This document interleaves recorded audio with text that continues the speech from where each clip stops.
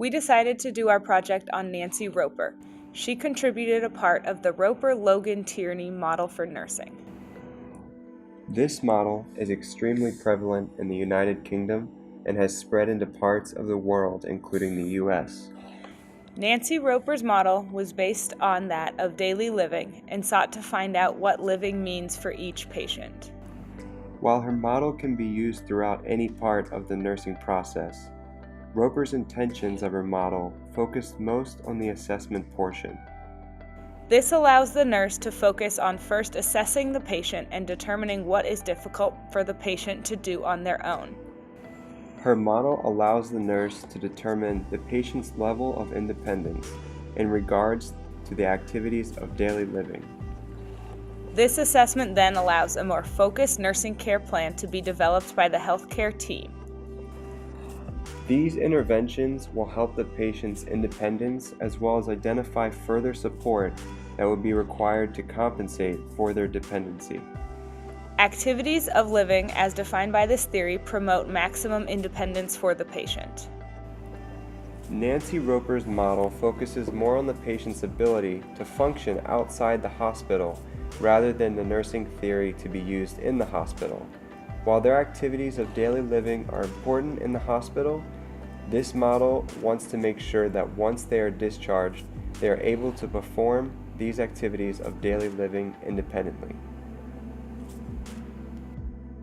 Included in Nancy Roper's activities of daily living are maintaining a safe environment, communication, breathing, eating and drinking, elimination, washing and dressing, temperature control, mobilization, working and playing, expressing sexuality, sleeping, and death and dying. For maintaining a safe environment, activities of daily living need to be done in a safe environment.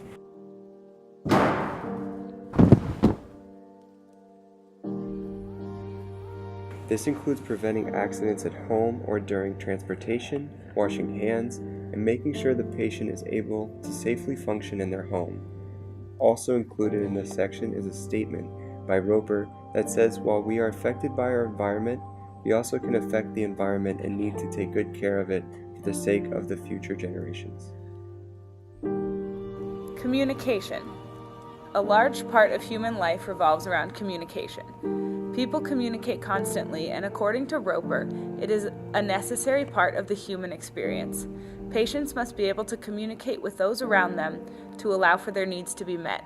This includes both verbal and nonverbal communication, such as speaking, writing, facial expressions, and body gestures. Next is breathing. Breathing is necessary for human life.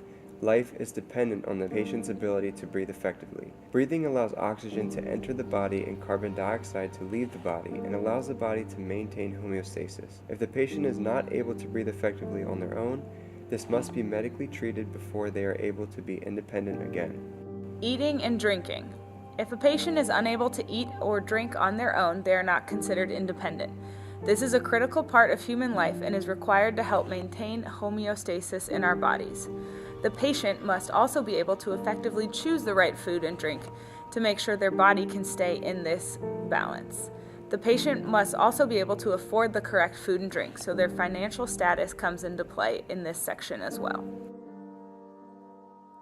Elimination. This involves elimination of urine and feces. This should be a private activity according to Roper, and it allows the body to eliminate the necessary toxins from the body before they build up to high levels. Washing and dressing. This is now called personal cleansing in an updated version of her theory. It is necessary for the patient to be able to wash and dress themselves on their own before they are considered independent. This involves washing of your body, hair, nails, teeth, and mouth, and perineal areas on a regular basis. This also includes the patient being able to wear appropriate clothes based on the weather and determine what clothing is appropriate for them to be wearing. Temperature control. The body must maintain homeostasis, which includes a constant body temperature.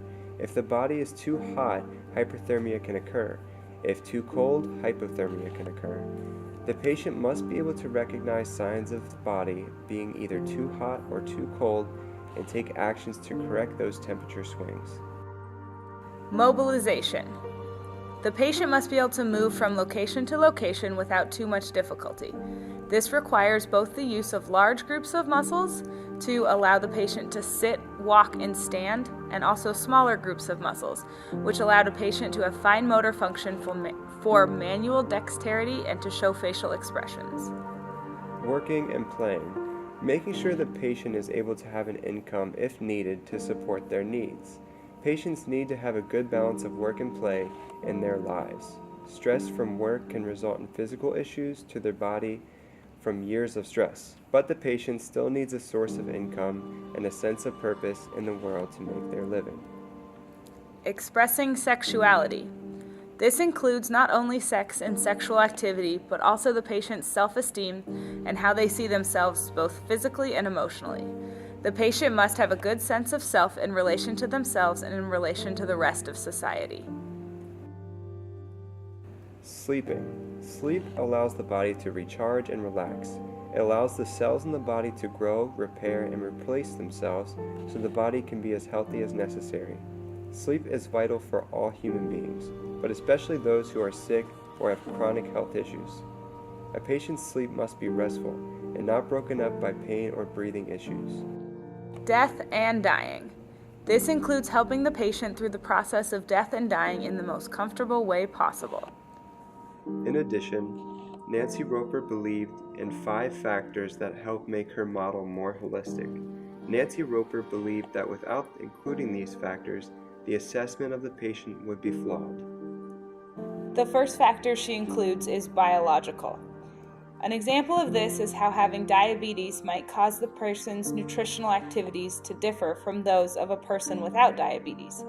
A patient with diabetes might have much poorer nutrition than a patient without, but this patient is also required to focus more on their nutrition than a patient without. Diabetes patients need to watch what they eat, when they eat, and how much they eat to make sure their body is as healthy as possible. Psychological.